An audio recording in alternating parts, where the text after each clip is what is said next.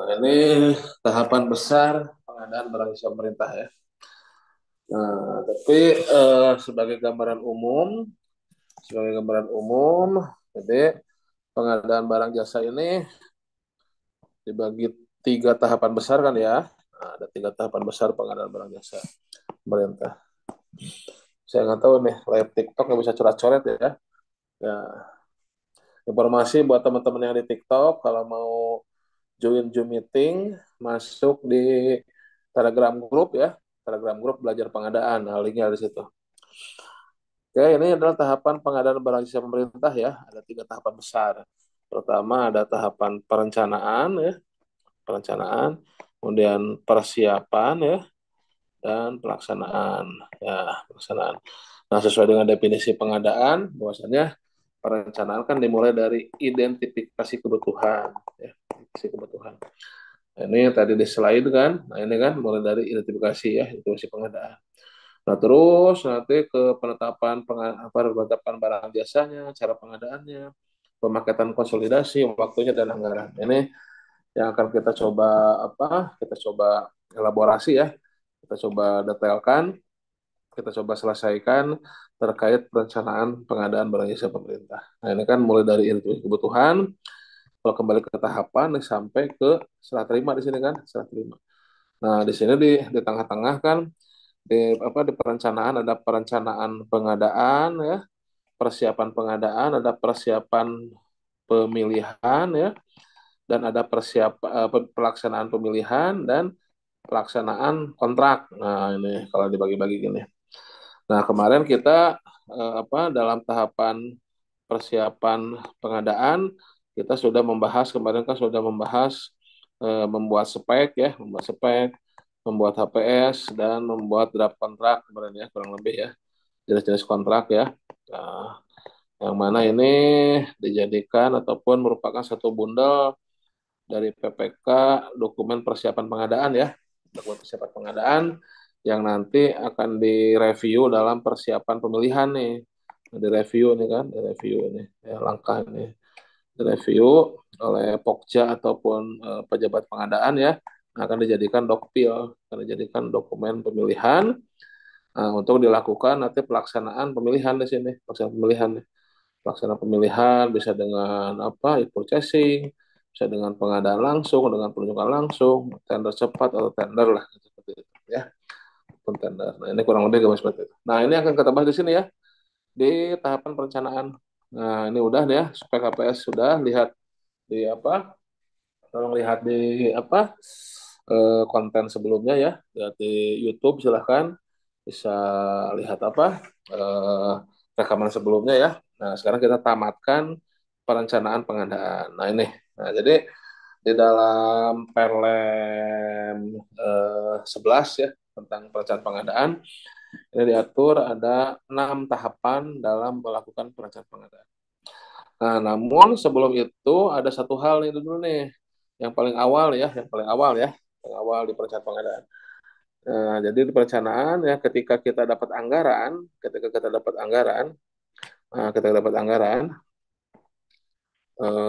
dalam bentuk DPA atau DIPA ya, DIPA atau DPA. Nah, di sini kita harus bisa apa? Bisa di TikTok sudah mulai eh, muncul pertanyaan. Ya, tulis saja dulu ya. Cuman hilang ya di TikTok itu ya. Terkait HPS sudah dibahas kemarin, minggu kemarin ya. Tolong dilihat di YouTube belajar pengadaan ya. Baca Cece ini. Termasuk HPS dasar pengerogian negara. Nah, itu HPS sudah di minggu kemarin, lihat di belajar pengadaan ya. Kita lanjut ya. Lihat di kanal YouTube belajar pengadaan, ada rekaman 2 minggu sebelumnya, tolong dilihat ya. Nah, ini terkait ketika kita dapat DIPA atau DPA ya, kita dapat DIPA atau DPA yang isinya anggaran ya, isinya anggaran. Nah, maka dalam melakukan perencanaan pengadaan, kita harus memilah dulu ya, memilah dan memilih dulu mana anggaran yang butuh eksekusi pengadaan ya, dan mana anggaran yang non pengadaan, mana yang tidak perlu eksekusi pengadaan. Nah, kenapa? Karena ya nanti yang akan diolah itu adalah yang ini, yang akan kita olah yang akan kita rencanakan pengadaannya ya yaitu adalah yang memang membutuhkan eksekusi pengadaan. Nah, kalau apa? Kalau yang non pengadaan ini tidak perlu kita rencanakan ya. Nah, nanti yang dibuat perencanaannya adalah yang sebelah kiri ini ya. Nah, yang ini yang pengadaan ya.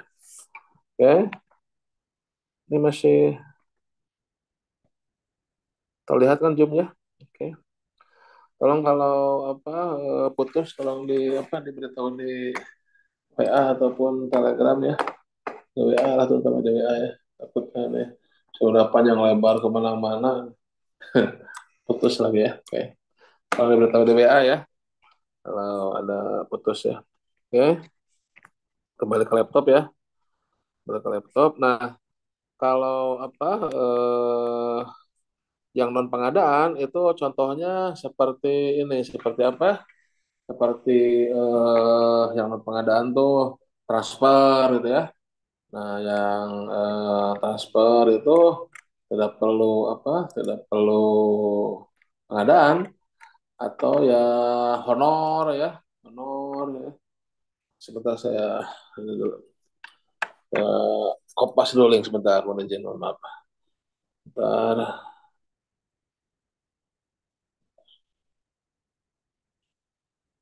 Oke.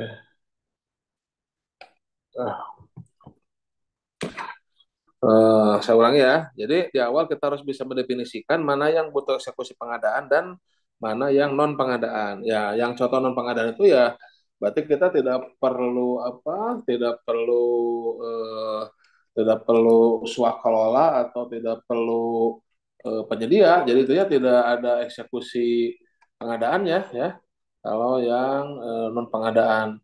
Jadi contohnya seperti eh, transfer, bantuan sosial berupa uang gitu ya, bantuan sosial berupa uang, honorarium gitu ya, honorarium gitu, apa lagi ya, perjadin ya, perjadin ya. Kecuali kalau memang di atasnya ada kegiatan swakelola ataupun kegiatan penyedia ya sebagai sebagai wadahnya ya. Tapi kalau dia berdiri sendiri, perjadin dia berdiri sendiri, honorarium itu berarti masuknya ke ini ke apa? Ke non pengadaan ya seperti itu. Nah, kegiatan pengadaan ya kalau memang kegiatannya itu kita membutuhkan swakalola atau membutuhkan penyedia. Jadi misalkan ada swakalola sosialisasi. Nah, berarti kalau kita Kalau kita melakukan kegiatan pengadaan ya berarti kalau misalkan eh, kalau misalkan menggunakan swakalola ya tentunya eh, harus ada tim itunya, ada tim persiapannya, ada tim kemudian ada tim pelaksananya ya, kemudian ada tim pengawasnya ya. Jadi dibentuk SK-nya tuh ya, dibentuk SK-nya. Jadi tidak hanya sekedar swakelola saja gitu kan, tapi dibentuk SK-nya, dibentuk SK timnya, bentuk pelaksanaannya ya. Nah, jadi apa betul-betul ada administrasinya. Kemudian kalau kita dilakukan dengan penyedia, ya berarti ada tata cara ataupun proses pemilihannya, apakah dengan di processing, apa dengan pengadaan langsung, penunjukan langsung, nah, seperti itu.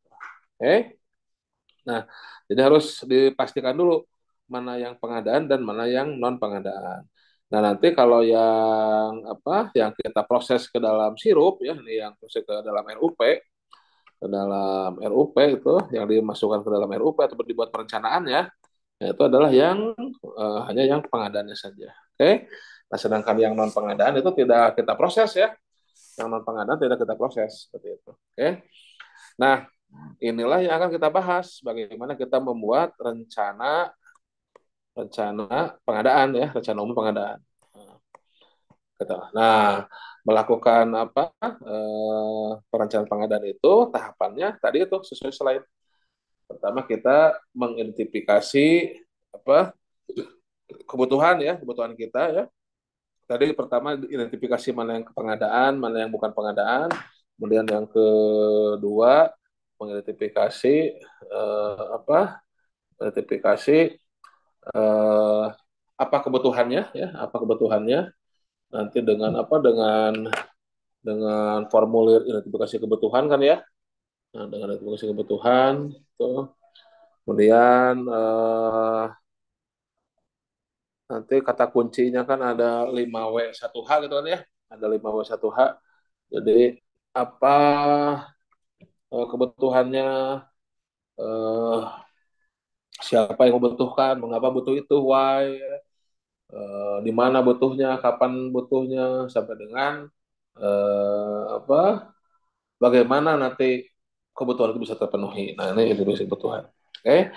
Kemudian penetapan jenis barang jasa, ya bukan sekedar apa itu barang, apakah ini termasuk barang, apa ini termasuk pekerjaan konstruksi, atau apa, termasuk jasa lain atau konsultan, tapi ya KBLI, KBLI-nya apa ya, KBLI-nya apa.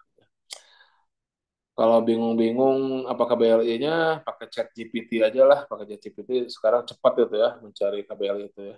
Pakai mencari apapun di chat GPT bisa cepat seperti itu. Kemudian cara pengadaan, apakah dengan swakelola atau dengan penyedia ya. Kemudian setelah itu kita cek pemaketannya, apakah satu paket itu sudah menyeluruh dapat semua paketnya, apakah perlu dipecah ya atau melihat ke paket yang lain perlu disatukan dengan konsolidasi. Nah, ini paket konsolidasi. Kita lihat waktunya dan lihat anggarannya. Nah, kita bahas satu persatu ya biar tamat ini ya untuk perencanaan pengadaan. Kita lihat slide-nya.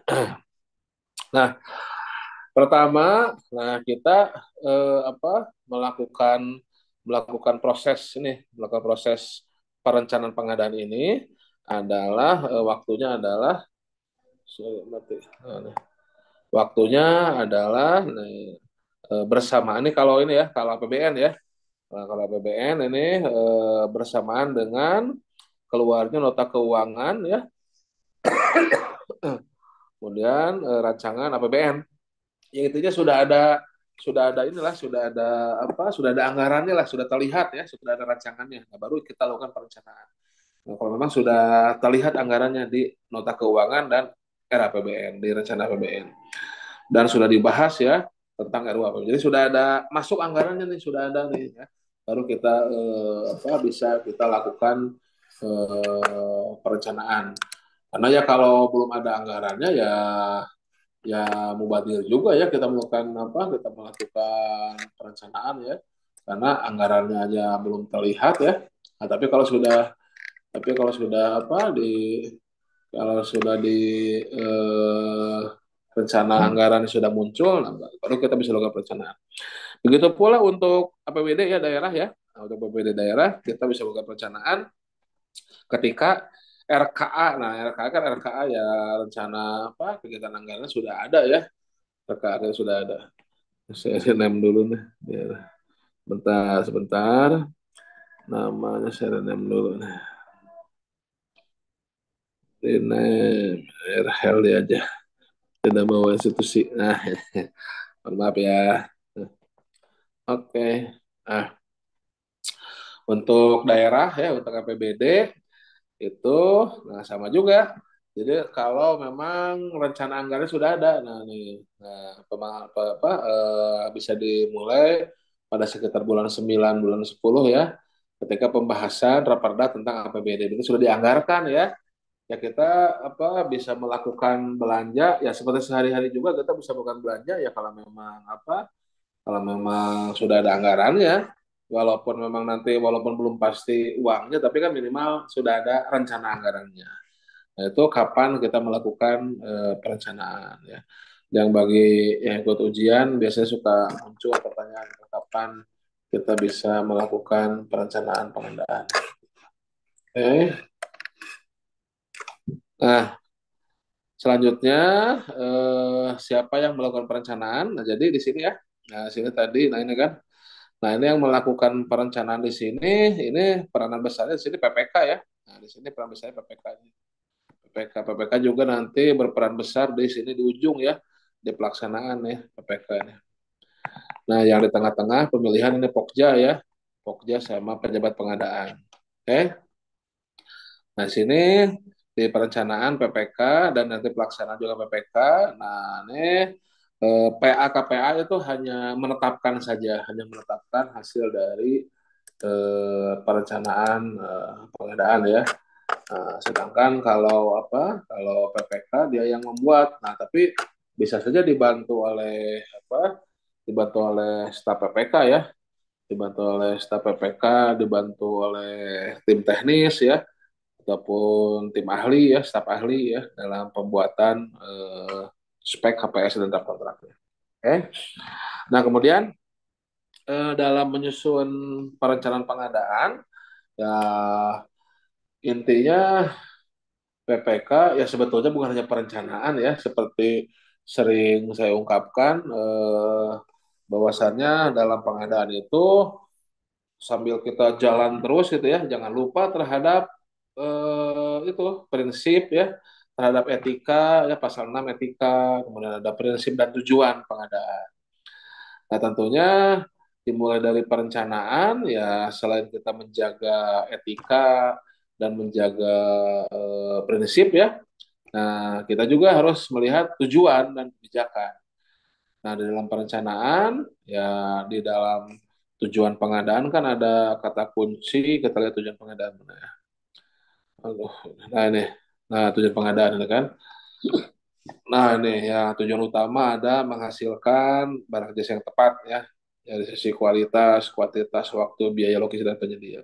Kemudian ada kata-kata kunci PDN, UMK Koop, usaha nasional, penelitian ya, industri kreatif, kesempatan berusaha dan pengadaan berkelanjutan. Nah, ini pengadaan berkelanjutan ya, tolong bisa dilakukan ya yang paling dekat sekarang. Itu, nah sehingga dalam menyusun perencanaan pengadaan oleh PPK, ya ini prosesnya bukan hanya sekedar PDN, TKDN, tadi intinya memperhatikan tujuan pengadaan. Ingat, ke awal kita punya tujuan ya, punya tujuan, mau apa nih, kita melakukan pengadaan itu apa tujuannya. Nah, itu tolong bisa dijadikan pertimbangan.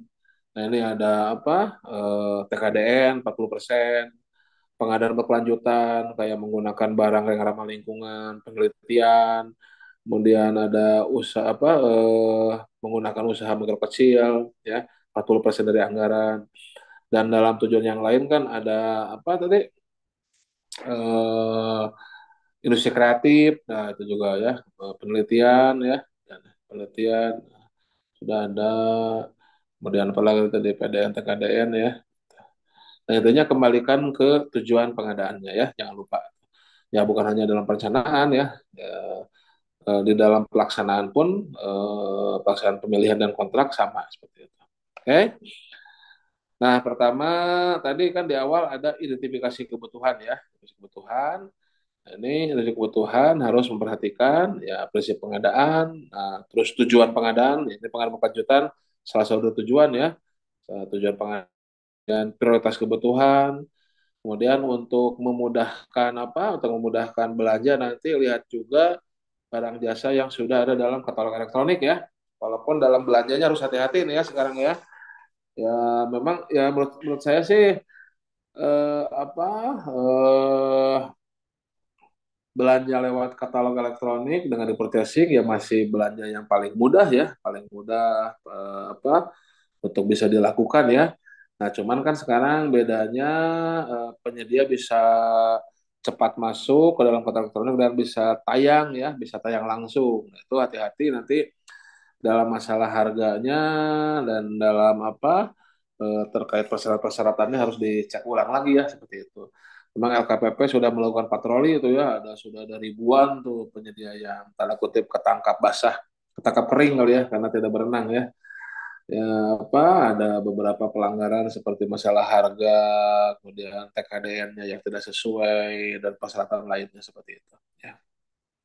Tapi tetap intinya e-purchasing mulai katalog elektronik itu masih salah satu metode yang cukup mudah ya, cukup mudah dan cepat seperti itu. Jadi tolong lihat kalau barang jasanya sudah dalam katalog ya nggak perlu metode yang lain seperti itu. Makanya di identifikasi kebutuhan dari awal kita harus melihat apakah ada belum produk kita dalam katalog elektronik. Kemudian memperhatikan juga pemakaian dan konsolidasi ya, serta nah ini yang sering dilupakan nih, yang nomor 6 ya, ketika kita mengidentifikasi kebutuhan adalah barang jasa yang sudah tersedia atau dimiliki ya. Nah, karena memang ya silakan nanti kita diskusi ya. BMN kita itu lemah kayaknya ya. BMN kita tuh masih lemah ya, masih apa? Masih banyak kekurangannya ya. Apa pencatatan BMN ya. Ya mungkin mudah-mudahan ya mulai dari saya pribadi lah ya dalam pemakaian-pemakaian barang milik negara atau barang milik daerah itu tolong bisa lebih bertanggung jawab dan lebih apa ya akuntabel ya dalam pencatatannya seperti itu. Nah ini hal-hal yang perlu diperhatikan ketika kita mengidentifikasi apa yang kita butuhkan, apa yang kita butuhkan ya. Kita butuh apa sebetulnya gitu kan? Ya, bentar. Oke.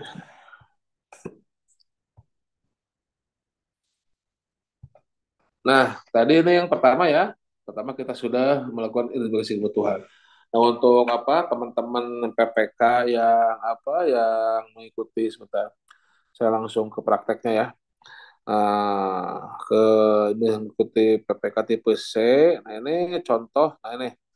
Nah, tadi identifikasi kebutuhan itu bisa dituangkan dalam formulir identifikasi kebutuhan seperti ini ya. Ya, intinya 5W1H tadi ya.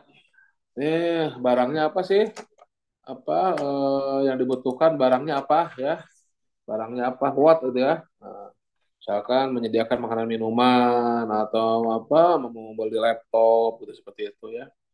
What-nya nah, apa nih? Kemudian yang paling penting juga why-nya biar bisa mengelaborasi kebutuhan kita. Ini butuh laptop tuh kenapa nih? Apakah karena ada kebutuhan ASN baru misalkan gitu ya. Oh berarti ini kebutuhannya buat ASN nih. Jadi tidak berarti buat perkantoran umum ya, bukan untuk apa? Bukan untuk pengolahan data yang apa yang berat atau buat meluncurkan roket. Nah, berarti why-nya kita bisa tahu nih apa kebutuhannya. Nah, ini kerja pertama PPK ya sebaiknya PPK tuh agar akuntabilitasnya kelihatan bagus ya, ya bukan hanya kelihatan bagus ya.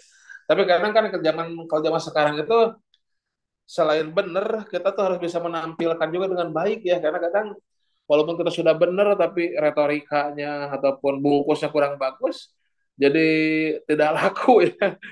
Sekarang itu bahkan yang viral yang benar ya gitu seperti itu ya. Ya kita harus ngikutin zaman lah, berarti apa dalam pengadaan juga apa walaupun kita sudah tahu benar apa kebutuhannya, nah tuangkanlah dalam formulir identifikasi kebutuhan. Kenapa? Karena dengan kita tertib administrasi, dengan kita akuntabilitasnya bagus, ya tentu ya itu seperti tadi, walau hal yang benar kalau kita kemas dengan baik, kalau kita sampaikan dengan lengkap, ya tentunya akan akan bisa diterima ya seperti itu. Tapi kalau kita benar, oh iya Pak, kebutuhannya ini, tapi tidak ada buktinya, tidak ada formulirnya, hanya sekedar ngomong doang, nah itu bisa jadi masalah lah seperti itu. Makanya saya ingatkan kembali ya kerja awal PPK itu adalah ya ini buatlah formulir identifikasi kebutuhan. Tolong dibuat formulir identifikasi kebutuhan seperti itu ya. Nah, ini formulirnya ya, formulirnya ini ya. Nah, kalau perlu formulir ini bisa di Telegram grup ya, di grup Telegram silakan di request ya. Ini materi PPK tipe C ini. Siapa yang membutuhkan? Nah, dari apa? Dari kita tahu siapa yang butuh, tentunya kita lebih mengerti. Oh, ini kebutuhannya buat ASN. Oh, ini kebutuhannya buat pejabat. Nah, kita bisa lebih mengerti apa yang dibutuhkan seperti itu. Ya, kapan dibutuhkannya? Ini urgent atau tidak? Siapa tahu nanti pas dibutuhkan lagi lagi lagi kosong barangnya. Siapa tahu barang yang kita butuhkan itu seasonal ya. Seasonal itu kayak inilah, kayak kayak Lebaran aja munculnya seperti itu misalkan seperti itu. Ya. Jadi harus diperhatikan juga ya. Siapa tahu pas dibutuhkan, pas kita butuhnya itu pada waktu pas barangnya lagi kosong misalkan, hati-hati. Nah, makanya kita harus tahu kapan dibutuhkannya ya seperti itu. Nah, kemudian kapan, where, di mana lokasinya, dan layanan lainnya nih, ada layanan lainnya juga nih, ya. Nah, kemudian bagaimana cara mengadakannya juga, ya, silahkan. Ini hanya format saja ya, tapi silahkan bisa dirubah sesuai dengan kebutuhan, ya, seperti itu. Oke? Nah, ini apa langkah awal yaitu identifikasi kebutuhan ya tadi ya. Sesuai dengan apa mana tadi perencanaan. Nah, perencanaan pengadaan di awal tadi kan kita apa ada identifikasi kebutuhan. Nah, ini kan mana tadi? Nah, ini identifikasi kebutuhan. Oke? Kalau yang bertanya silahkan di chatbox ya. Jadi ini adalah langkah awal perencanaan, langkah awal dari PPK yaitu melakukan identifikasi kebutuhan dengan menuangkannya dalam formulir identifikasi kebutuhan ya. Nah, ini kalau apa tadi di dalam grup ya di dalam grup Telegram ada yang curhat apa dipanggil Apip atau apa ya. Ya tadi itu kalau kita bisa menampilkan akuntabilitas dengan lengkap ya tentunya kita dipanggil siapapun ya insya Allah lah ya bisa menjawab ya. Dan tentunya tadi tolong bisa dijaga etika, prinsip ya, dan tujuan dari pengadaannya. Nah, lanjut ya. Sekarang dalam perencanaan yang kedua, tahapan perencanaan yang kedua adalah penetapan jenis barang jasa. Nah, ini mudah ya.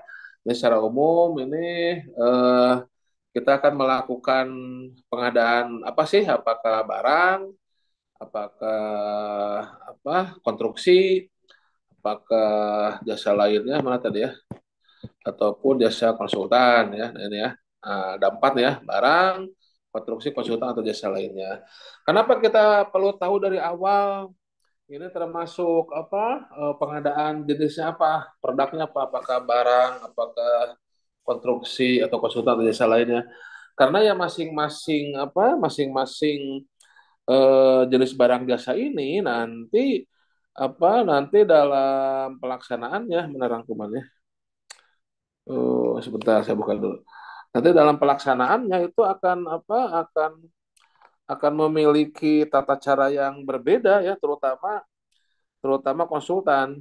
Bentar, saya buka dulu. Terutama konsultan itu dia suka beda jauh bahkan konsultan ya konsultan beda jauh konsultan kalau apa kalau eh, kalau BPKJL, barang konstruksi jasa lainnya sih itu beda tipis ya Betty ya. Ini kita lihat di rangkumannya contohnya ini. Nah, ini kita lihat coba. Nah ini kan ya. Nah contohnya ini ya. Nah ini contohnya dalam metode pemilihan penyedia ya. Contohnya nih metode pemilihan penyedia. Nah ini apa? Nah ini kan konsultan dia beda sendiri nih. Konsultan beda sendiri nih ya. Nah kan pengadaan langsungnya konsultan itu 100 juta. Ya kan? Kalau apa BPKJL pengadaan langsungnya 200. Nah, makanya kita harus tahu ketika oh ini konsultan nih. Nah, ketika tahu bahwa ini konsultan, berarti apa ketika nilainya itu eh, 100 lebih berarti pakai seleksi. Tapi kalau BPKJL 150 masih bisa pengadaan langsung karena pengadaan langsung BPKJL sampai dengan 200. Jadi di awal kita harus tahu dulu ini termasuk jenis barang jasa apa? Apakah barang, konstruksi, jasa atau konsultan? Karena nanti akan ada proses yang berbeda, akan ada proses yang berbeda dalam pelaksanaan pemilihannya. Contoh lain dalam ininya apa? Dalam jaminannya. Nah, dalam jaminan, mana jaminan? Nah ini, kan? Nah untuk apa? Untuk konstruksi semua jaminan dipakai. Jaminan penawaran ada, jaminan apa? Sangka banding ada, konstruksi jaminan pelaksanaan ada, ya lengkap. Kemudian untuk barang jasa lainnya hanya jaminan pelaksanaan dan jaminan uang muka. Jaminan pemeliharaan untuk jasa lainnya ada, tapi untuk barang digantikan dengan sertifikat garansi. Kemudian untuk konsultan, nah ini konsultan suka beda jauh ya. Kalau BPKJL tadi BPKJL itu barang, konstruksi jasa lainnya itu beda tipis. BPKJL beda tipis, konsultan juga beda jauh. Konsultan nggak ada jaminan sama sekali. Paling jaminan uang muka kalau dia kalau memang diberikan uang muka. Nah ini makanya dari awal kita harus tahu pengadaan yang akan kita lakukan itu pengadaan apa gitu kan? Apakah termasuk barang, apakah termasuk konstruksi jasa konsultan? Karena nanti dalam proses berikutnya akan berbeda, gitu kan, dari setiap jenis barang jasa. Nah, barang itu sudah tahu ya, barang itu ya benda mati, eh, hidup juga bisa ya, hewan juga bisa, ya intinya yang bisa diperjualbelikan ya. Apa barang itu ya seperti laptop, furniture, mobil, nah, itu barang ya seperti itu. Oke. Kemudian kalau konstruksi tentunya itu membangun sesuatu ya. Konstruksi itu membangun sesuatu ya. Kemudian apa ya bisa gedung, bisa bangunan ya. Bisa bangunan itu pekerjaan konstruksi ya. Jalan ya, irigasi, nah, apa. Kemudian kalau apa jasa konsultan itu tenaga ahli ya, brainware ya. Kalau jasa konsultan itu brainware atau tenaga ahli ya. Oke. Eh, Konsultan, penasehatan ya. Itu biasanya kata kunci konsultan itu biasanya perencanaan, pengawasan, kajian ya, itu analisis, mengenai dampak lingkungan, analisis apa ya, itu konsultan. Kemudian kalau jasa lainnya itu lebih ke skillware, ke keterampilan. Keterampilan menjahit, keterampilan apa, mengirimkan barang, logistik ya, keterampilan apa, menghubungkan dengan internet, keterampilan mengatur acara, event organizer, jasa lain. Atau ya nanti kita bisa melakukan gabungan, gabungan apa antara dua atau lebih jenis barang jasa ini. Misalkan apa desain and build, jasa konsultan dengan konstruksi, nah, desain and build seperti itu. Oke.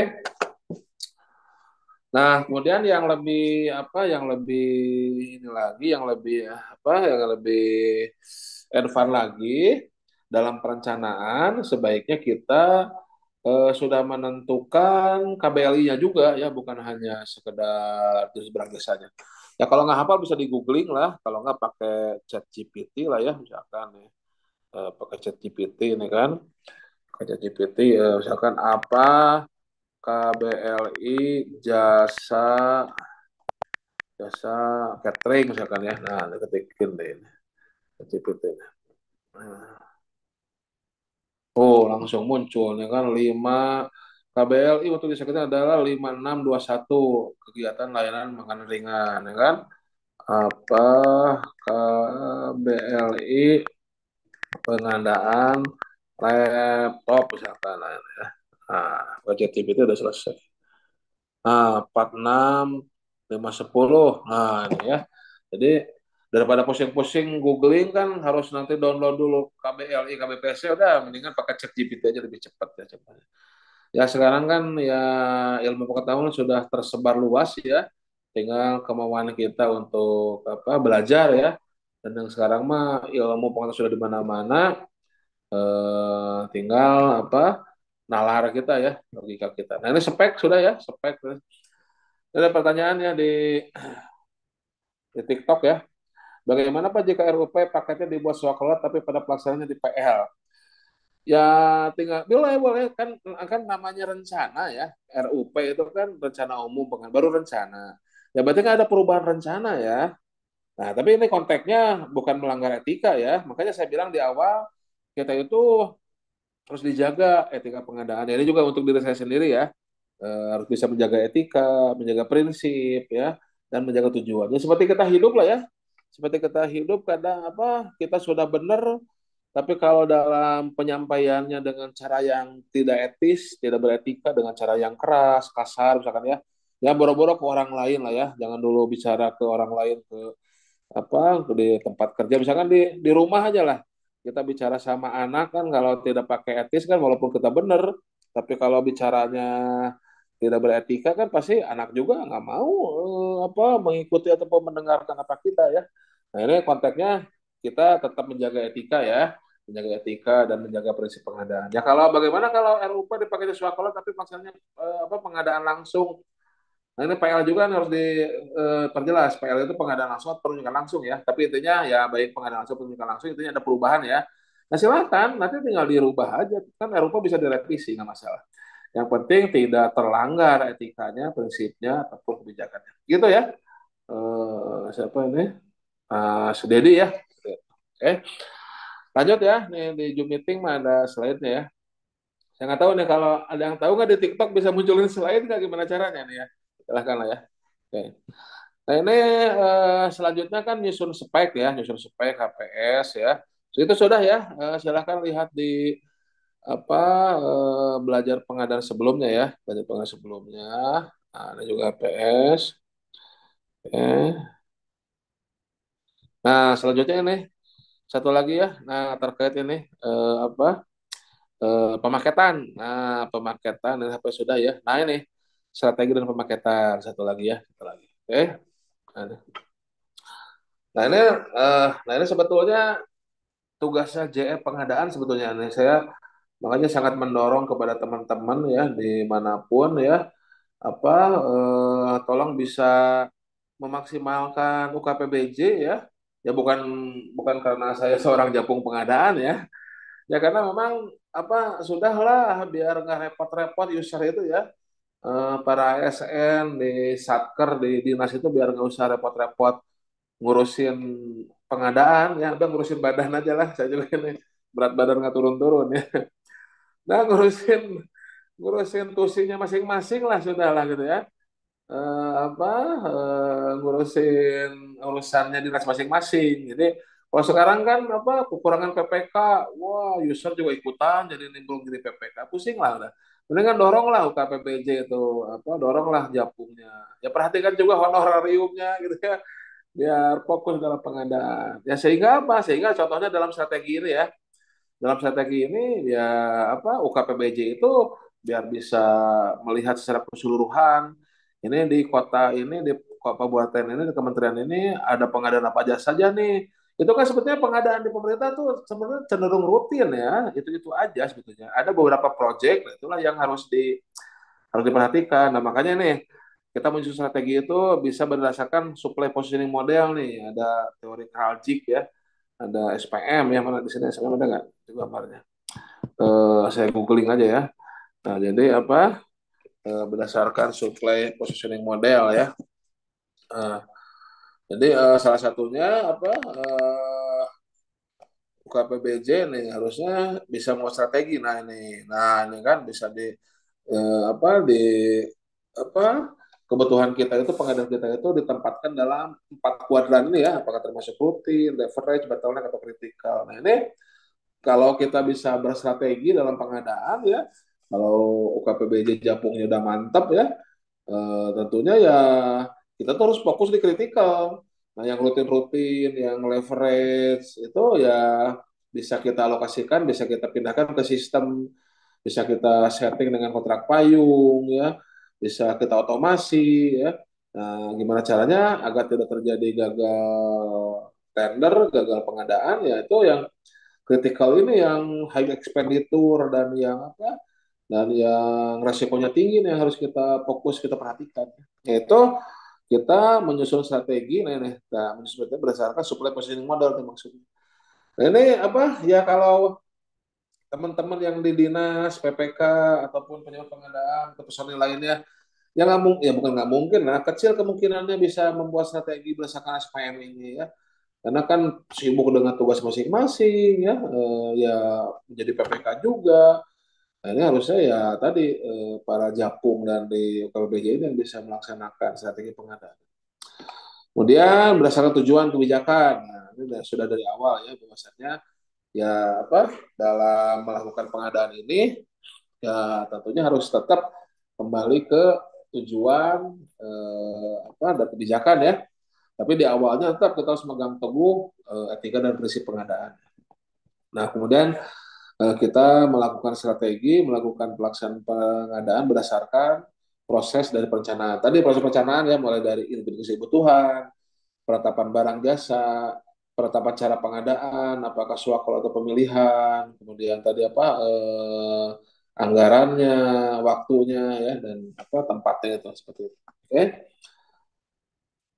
Nah, selanjutnya pemaketan. Nah, ini setelah apa? Setelah kita membuat strateginya bisa pakai SPM, ya bisa pakai tujuan. Nah, selanjutnya tadi hal-hal yang ini mana tadi? Nah, yang kita sudah inventaris di sini. Nah, ini ya. Nah, mana tadi? Nah, ini yang kok saya. Nah, ini. yang kita sudah inventarisir, mana yang termasuk pengadaan ya, ini kan. Nah, ini mana termasuk pengadaan, yang mana termasuk yang tidak termasuk pengadaan. Nah, ini kan ada beberapa kegiatan kan ya. Nah, selanjutnya kita lihat pemaketannya bagaimana. Ada yang dibikin satu paket atau mungkin ini disatuin gitu kan, disatuin atau bagaimana masing-masing. Nah, ini ada apa kita harus bisa melakukan pemaketan dengan benar ya. Nah, ini mempertimbangkannya efisiensi ya, kemudian keberpihakan terhadap produk dalam negeri, dan dari sisi komersial. Sebentar izin saya minum dulu.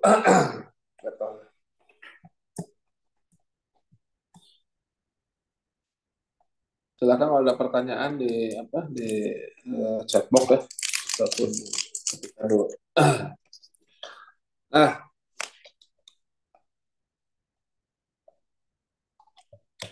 ini orientasinya ya, orientasi keluaran, orientasi volume. Ya intinya lihat supply dan demand-nya ya. Demand-nya berapa ya. Pak temanya malam ini apa? Temanya sih perencanaan ini apa sih Mas? Perencanaan pengadaan. Tapi mau bebas juga boleh lah ya. Bebas juga boleh karena apa? Orang bebas itu sebetulnya bentar,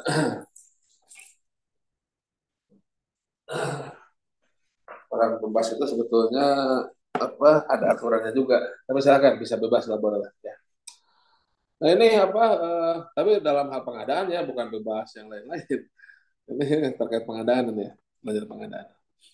Nah ini prinsip umum apa untuk pemakaian barang jasa ya. Jadi dilihat dari intinya supply demand-nya, demand supply-nya. Kita butuhnya berapa nih? Oh butuhnya misalkan apa, sekian juta kertas suara. Nah ini supply-nya penyedia satu penyedia bisa menghasilkan mencetak berapa kertas suara tuh. Nah, ini apakah single winner atau multi winner atau bagaimana? Nah, itu apa? Tentunya supply demand-nya. Jadi ketersediaan barang jasanya, kemampuan pelaku usahanya ya. Nah, dan kemudian kembali ke uangnya gitu ya. Kalau perencanaan swakala bagaimana? Kurang lebih sama, perencanaan swakala sama. Ketika kita swakalola, nah pas swakalola ya sama bikin spek ya. Bikin HPS nanti bentuknya RAB ya. Sama juga.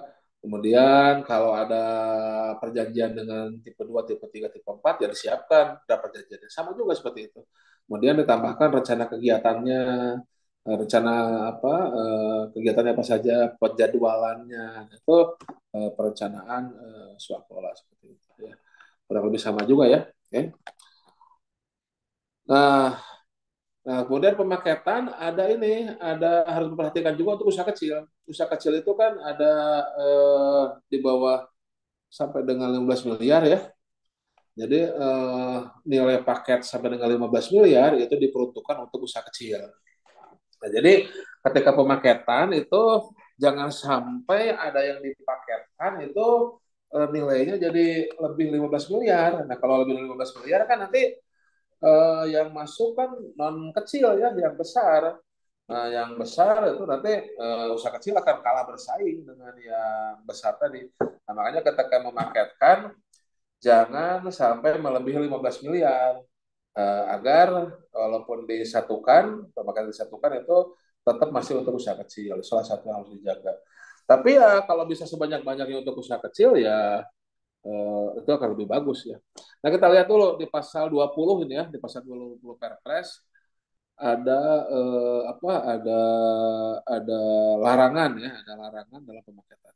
Pertama, kita tidak boleh menyatukan kalau secara efektif efisiennya itu bagusnya dipisah. Ya contohnya di beberapa kecamatan yang tersebar beda demografis, yaitu efisien efektifnya dipisah ya benar dipisah. Kemudian jangan menyatukan kalau memang dari jenisnya. Jenisnya misalkan di rumah sakit kan ada alat kesehatan dan ada yang bukan alat kesehatan. Ya alat kesehatan. Yang bukan alkes ya jangan disatukan gitu, seperti itu. Ya.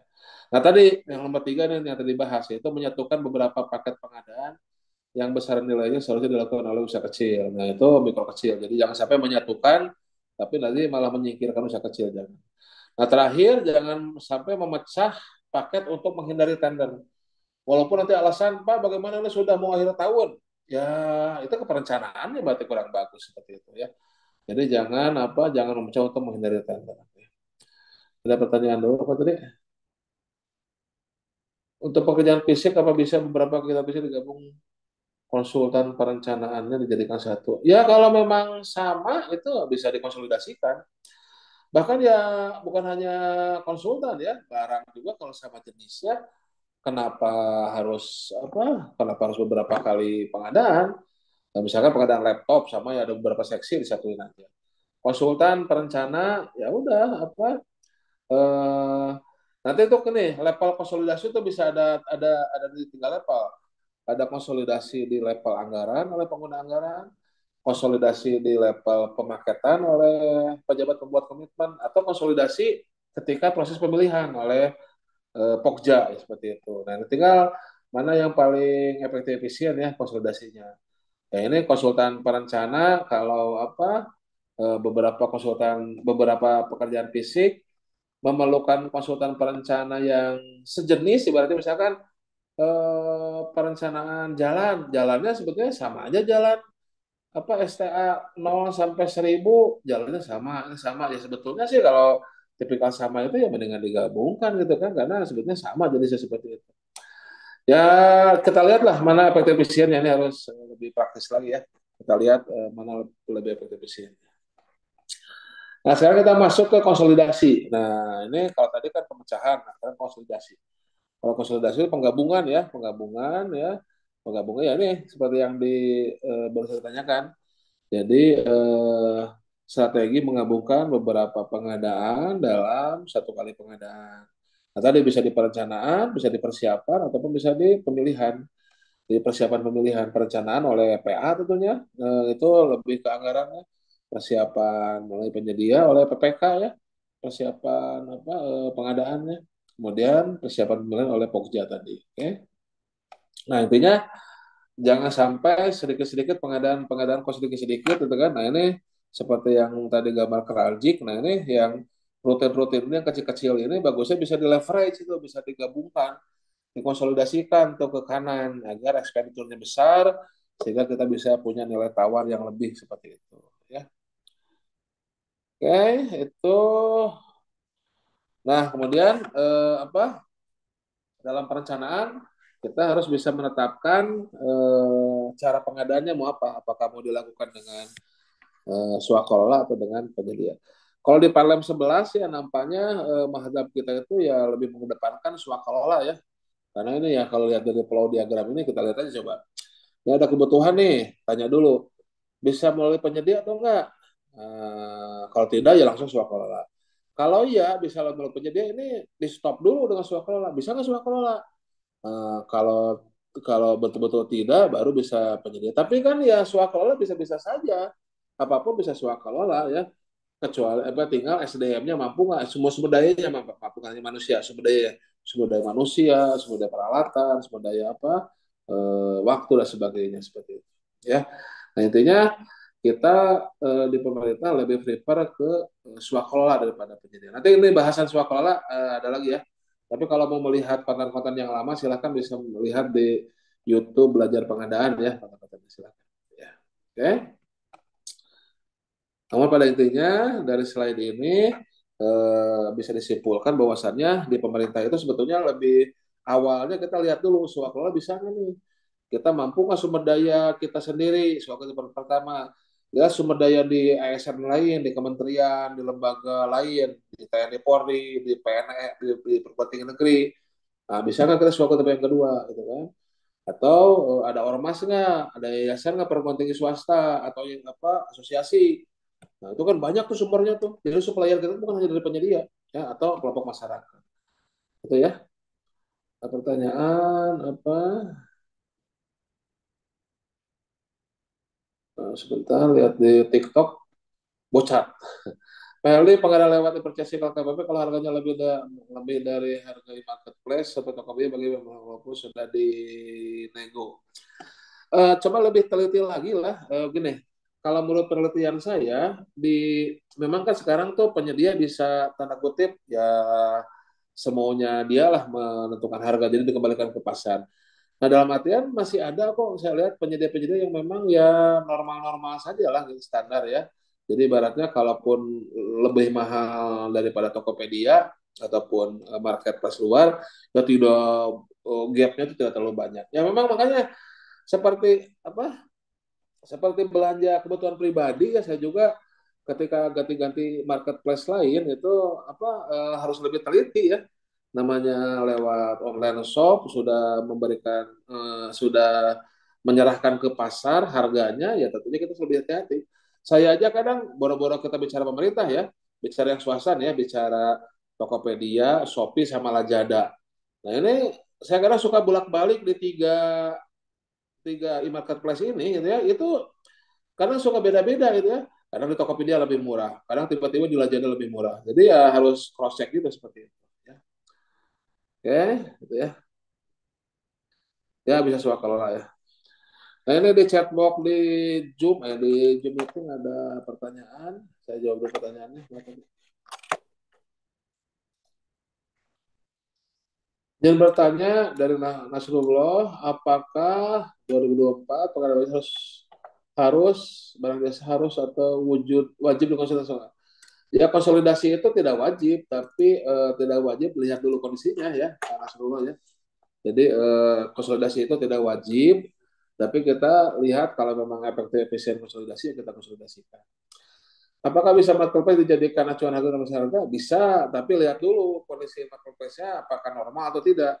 Karena kan bisa saja kayak apa suatu produk ya misalkan contohnya ya produk multi level marketing dia misalkan apa tanda kutip buang produk tuh ya bukan ngebuang pokoknya asal laku aja yang penting dia dapat bonus member nah itu kan bisa bisa jadi murah tuh kan seperti itu contohnya dan kita lihat juga barang di barang di marketplace itu bagaimana legalitasnya ya apakah ini legal atau tidak kemudian penyedianya juga apakah penyedia resmi atau bukan ya nah, itu harus dilihat dulu kita tidak bisa ini kan harus bisa apple to apple ya, harus bisa apple to apple apa pelaku usahanya kalau di katalog kan apakah vendor resmi atau gimana. Nah, di Tokopedia juga apakah dia apa official shop atau bukan. Nah, itu jadi bisa tapi ya tadi harus fair juga gitu kan. Harus fair juga seperti itu. Nah, makanya apa yang melakukan pengadaan itu ya harus ahli pengadaan gitu. Ini apa ya bukannya bukan meremehkan enggak ada maksud itu ya memang kondisi sekarang masih banyak kurang ya tapi ya makanya tolong dibantu lah agar para japung itu bisa berkontribusi maksimal dalam dalam memaksimalkan pengadaan di KLPD seperti itu ya banyak banyak saya setuju Pak Bocat nih banyak Pak masih ditemui beli kamera di katalog udah dinego masih mahal dibandingkan Tokopedia saya sepakat ya cuman tadi dilihat dulu di Tokopedia statusnya bagaimana, di katalog juga penyediaannya bagaimana, ini seperti itu. Nah, ya kalau pengalaman saya, ya saya juga selaku PPK ya, atau selaku Pokja, ya apa? Kalau kita bisa eksplor lebih dalam, ada beberapa pelaku usaha yang normal lah gitu ya, yang normal ya tidak menjadikan opportunity seperti itu. Untuk belanja katalog, apa kita tetap harus membuat perbandingan harga? Di dalam Perpres kita tidak wajib membuat HPS, tapi ya dengan kondisi sekarang, ya tentunya kita mau dengan metode apapun kan kita harus ada acar-acar harga dong ya, harus ada. Ya tadi kembalikan ke prinsip pengadaan lah, kita harus mencari yang yang paling efisien kan ya seperti itu dan efektif tercapai kebutuhannya. Jadi ya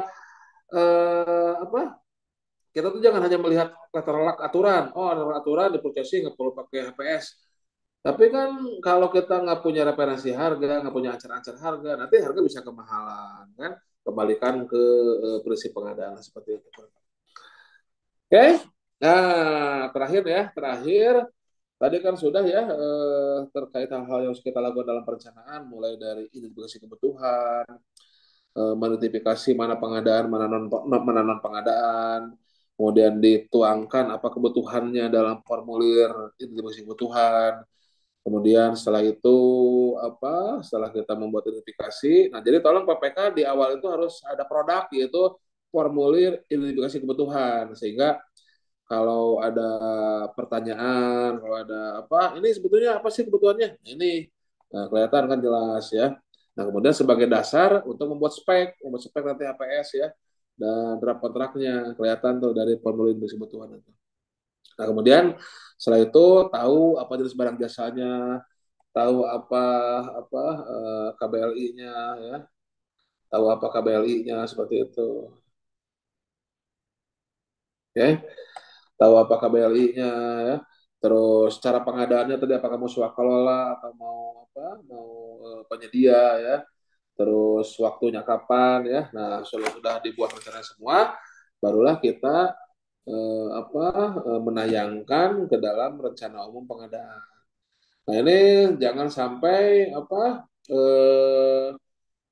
mengisi sirup itu hanya sekedar pas bulan puasa ya berbuka dengan yang manis. Nggak, maksud saya mengisi sirup itu ya setelah dilakukan perencanaan. Jadi jangan sekedar mengisi sirup, tapi lakukanlah perencanaannya seperti itu ya. Oke.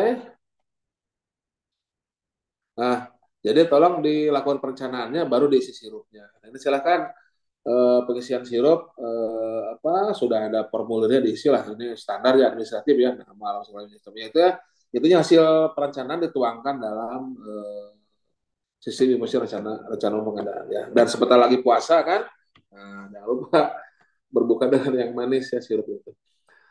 Apalagi nih, ada pertanyaan di TikTok banyak juga TikTok pertanyaannya ya. Sebentar di zoom dulu nih, zoom dulu. Mohon share materi lewat link ya, nanti di itu ya. Untuk materi nanti di grup Telegram ya, di grup Telegram belajar pengadaan ya. Oke. Pak Deki Febrian, apa perlu membuat referensi harga dan punya HPS pada mini kompetensi? Ya, dalam katalog itu memang di Perpresnya tidak perlu bikin HPS, tapi ya tadi dengan kondisi katalog sekarang, silahkan lihat di kanal YouTube Belajar Pengadaan ya, ada terkait katalog ya, yang 8 tahap menjadi 2 tahap. Nah, makanya kita harus punya referensi harga ya. Kalau dulu kan ada kurasi dulu ya, ada kurasi.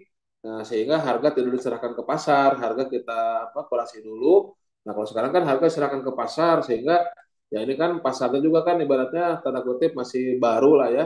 Kalau untuk ibaratnya penyedia kan masuk katalog masih baru, jadi mungkin masih belum belum terbentuk secara maksimal persaingannya seperti itu. Nah, sehingga ya harus punya referensi harga seperti itu. Gitu ya, Mas Deki ya.